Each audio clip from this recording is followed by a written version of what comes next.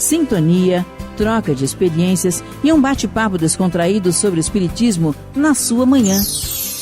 Deusa Nogueira explica a mediunidade no nosso dia a dia. Começa agora, na sua Rádio Rio de Janeiro, o programa Conversando sobre Mediunidade. Queridos amigos ouvintes da Rádio Rio de Janeiro, Deusa Nogueira conversando sobre mediunidade. E vamos começar com gratidão, muita gratidão por essa rádio tão amiga que fez com que a festa do Teresa d'Ávila fosse uma beleza de confraternização, de chegada, de apoio, de união, de respeito. Somos muito gratos. E a nossa gratidão se estende a esses 2 anos de muita parceria, né? A casa, na verdade, tem 21 anos, vamos para 22, mas estamos a conseguir a nossa sede própria, né?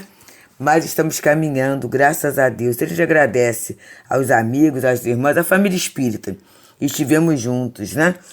E, inclusive, anotamos algumas das casas. Centro Espírita Ibirajara, Grupo Espírita André Luiz, Boa Nova, né?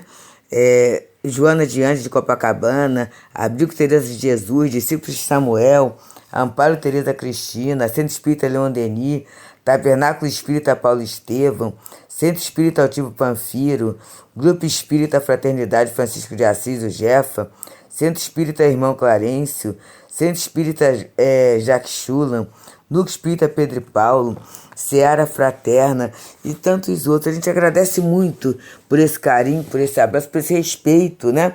Por esse movimento, como Kardec falou, que os espíritas deveriam ser quais bons vizinhos, que se visitassem, se interestimulassem, se correspondessem como irmãos.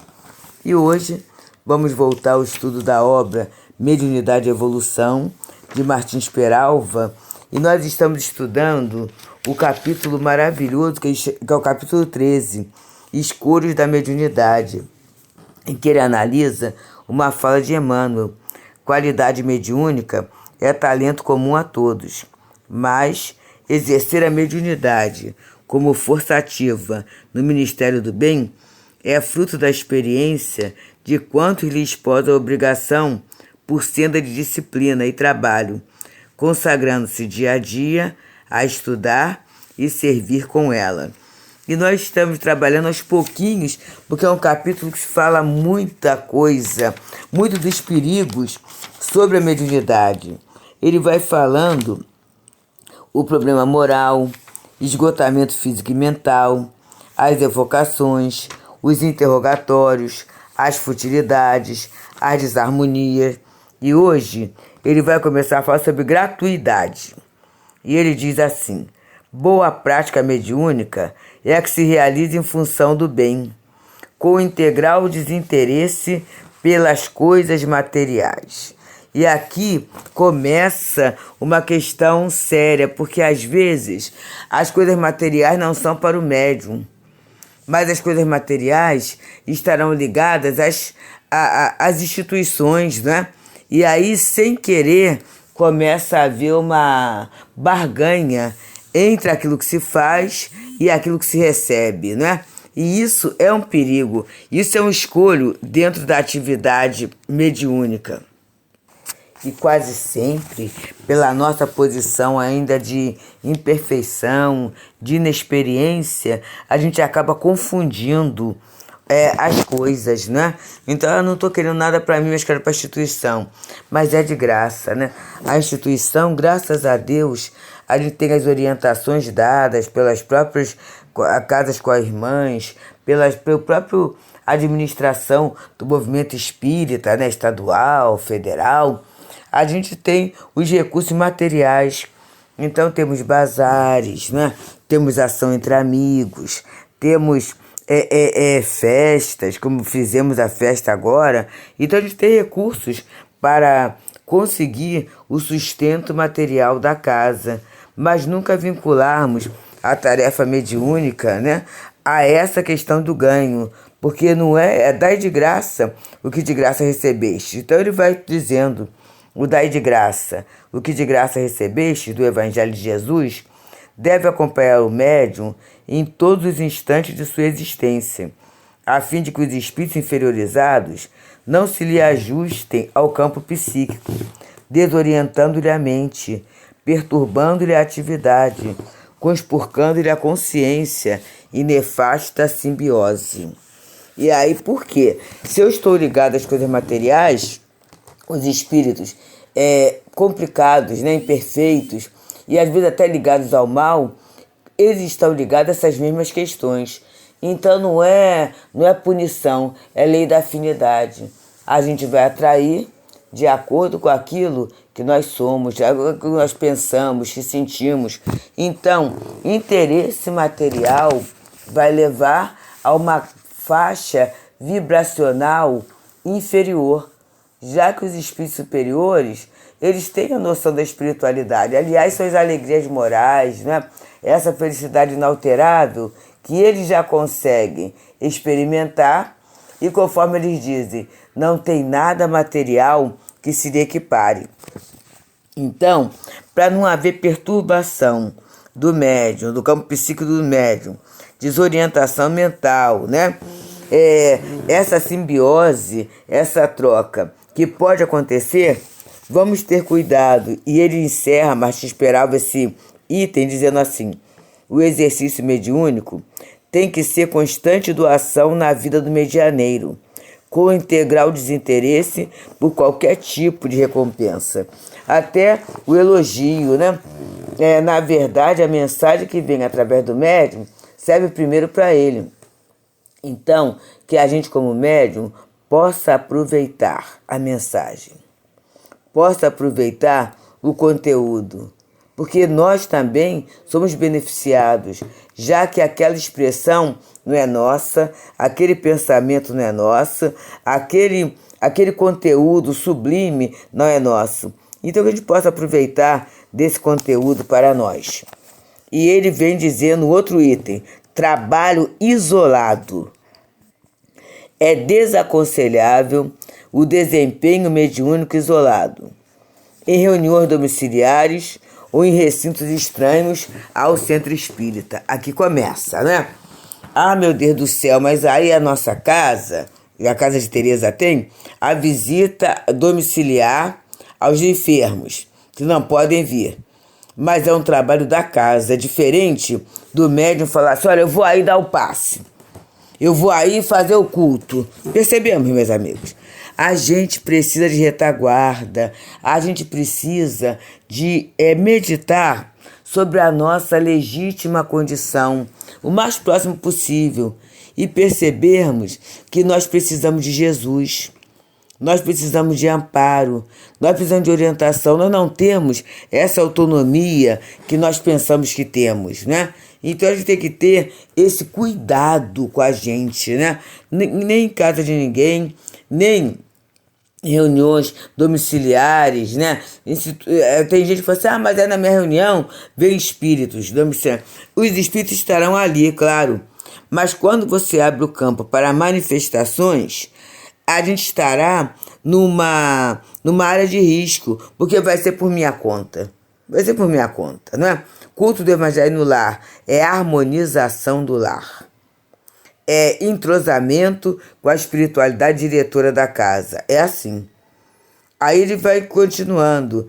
Tarefas mediúnicas em residências oferecem perigo, podendo gerar processos obsessivos em seus moradores. E aqui ele vai sugerir para a gente, né, a propósito dessa questão, que a gente possa fazer a leitura do livro Diálogo com as Sombras, de Hermínio Miranda, editado pela FEB, páginas 37 a 40. Nós vamos fazê-lo agora.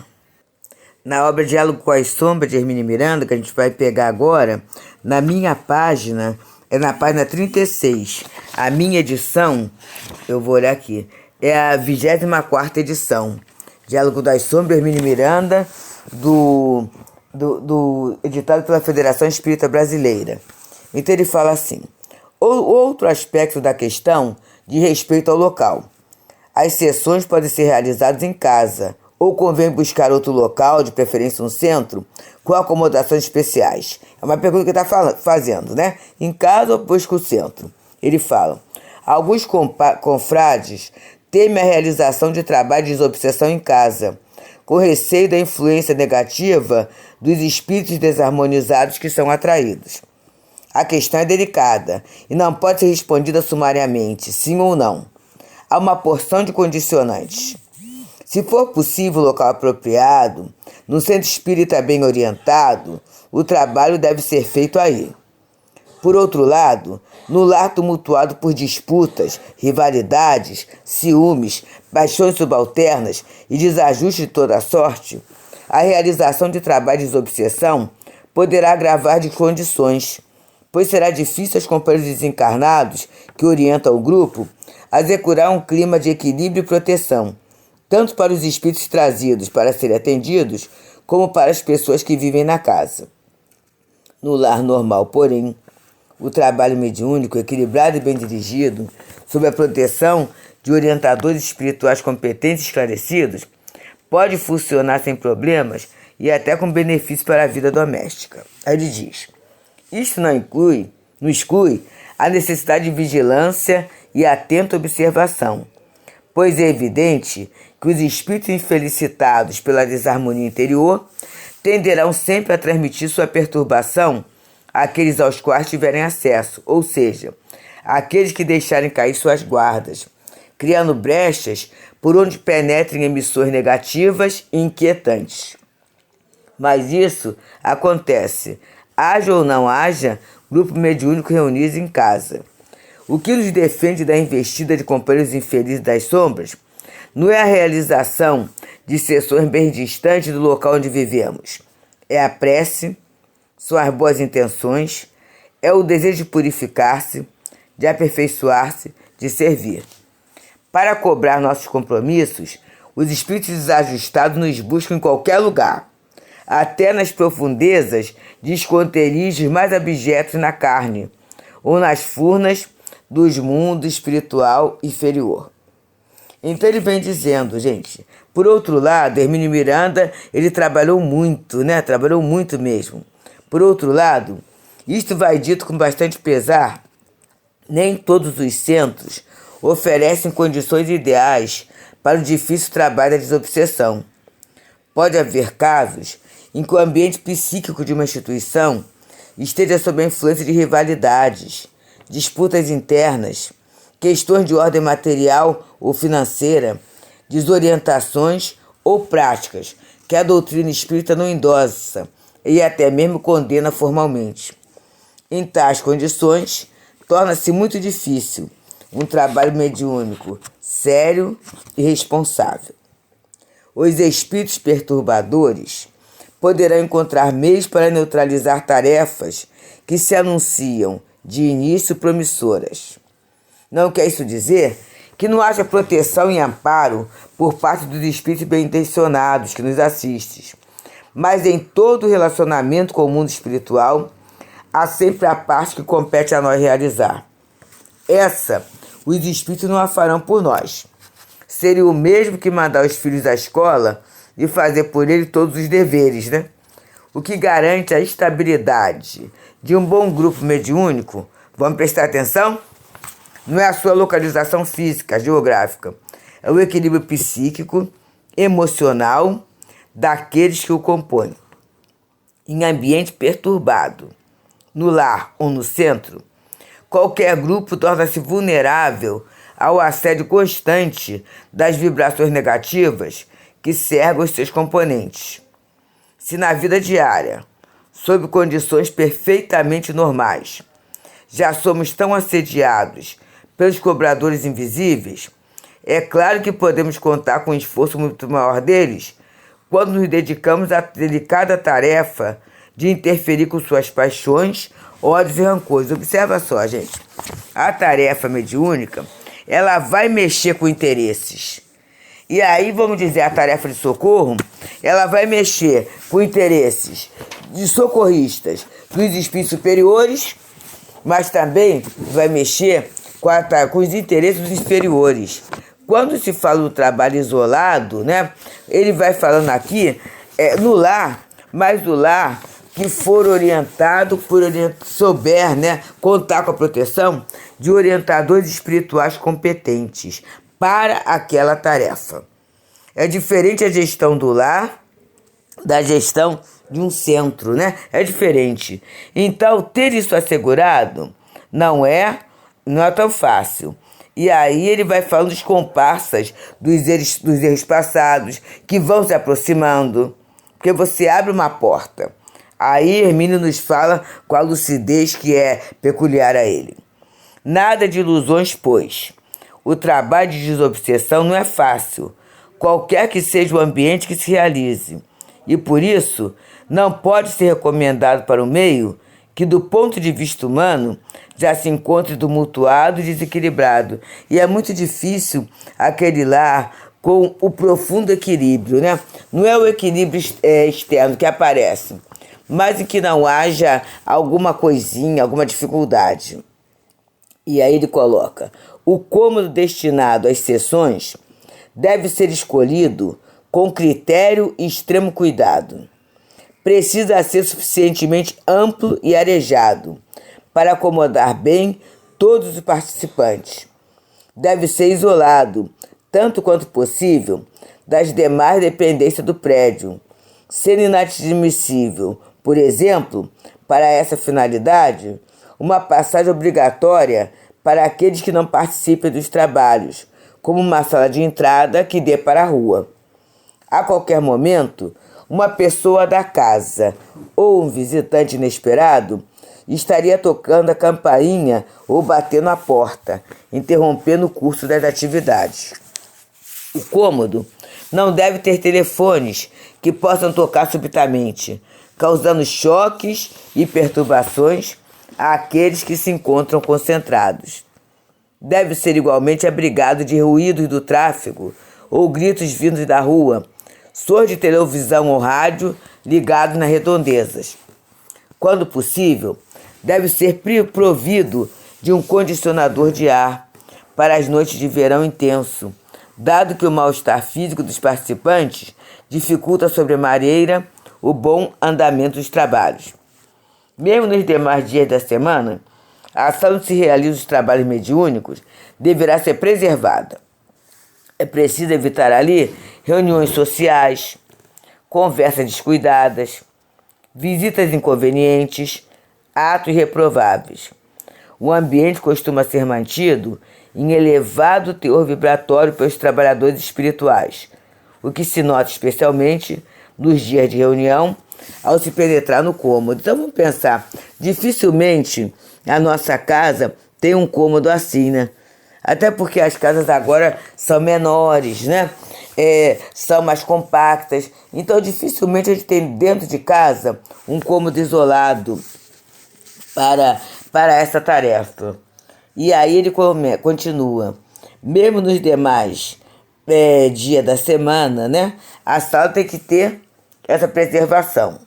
E ele diz: o ideal, portanto, é ter um compartimento destinado somente à tarefa mediúnica. Gente, às vezes até na casa espírita é difícil isso. Eu lembro que o altivo no Leon Denis, né, ele tinha muito cuidado. E aí nós fazemos as festas, os bazares, né, num outro lugar. E era uma dificuldade para levar até lá o Santa Mônica e trazer. Era muito grande. Aí as pessoas começaram a falar e falaram assim: olha, mas vamos ter cuidado.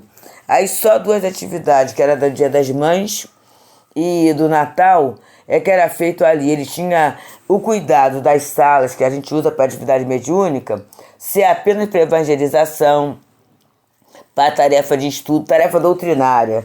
Porque quem tem a sensibilidade, tem a noção, sabe do cuidado. E a gente acha, às vezes, que é bobagem do diretor, né? É alguém que está com implicância. Não, olha a orientação que vem aí. E se a gente pegar a obra Desobsessão de André Luiz, também é o mesmo cuidado. Aí ele coloca, ó: o ideal, portanto, é ter um compartimento destinado somente à tarefa mediúnica. Quando isso for impraticável, que pelo menos se tenha o cuidado de usá-lo apenas para atividades nobres, como a boa leitura, a música erudita, o preparo de artigos e livros doutrinários, o estudo sério. Essa recomendação é tão válida para a hipótese de desenvolver o trabalho em casa, como no centro espírita. A proteção magnética da sala mediúnica deve ser preservada com todo cuidado, para não viciar os dispositivos de segurança do trabalho, não perturbar a harmonia do ambiente, não interferir com os meticulosos preparativos realizados pelos companheiros desencarnados que dirigem e orientam a tarefa. Gente, é muita preparação. É que a gente não vê. Mas se a gente pegar outra obra de André Luiz no Domínio da Mediunidade, ele vai mostrar toda a movimentação que é feita antes de uma reunião. E ele coloca: ademais, com frequência, alguns espíritos em tratamento ficam ali em repouso por algumas horas, de um dia para o outro, por exemplo, enquanto não são removidos para instituições apropriadas. Quem não puder manter essas condições mínimas em casa ou no centro, não deve tentar trabalho mediúnico de responsabilidade. Como eu falei, né, no meu livro, na minha edição, 24ª, está da página 36 à página 39. Mas já dá para a gente entender o pensamento do Martins Peralva, né, gente? Ele fala assim, ó.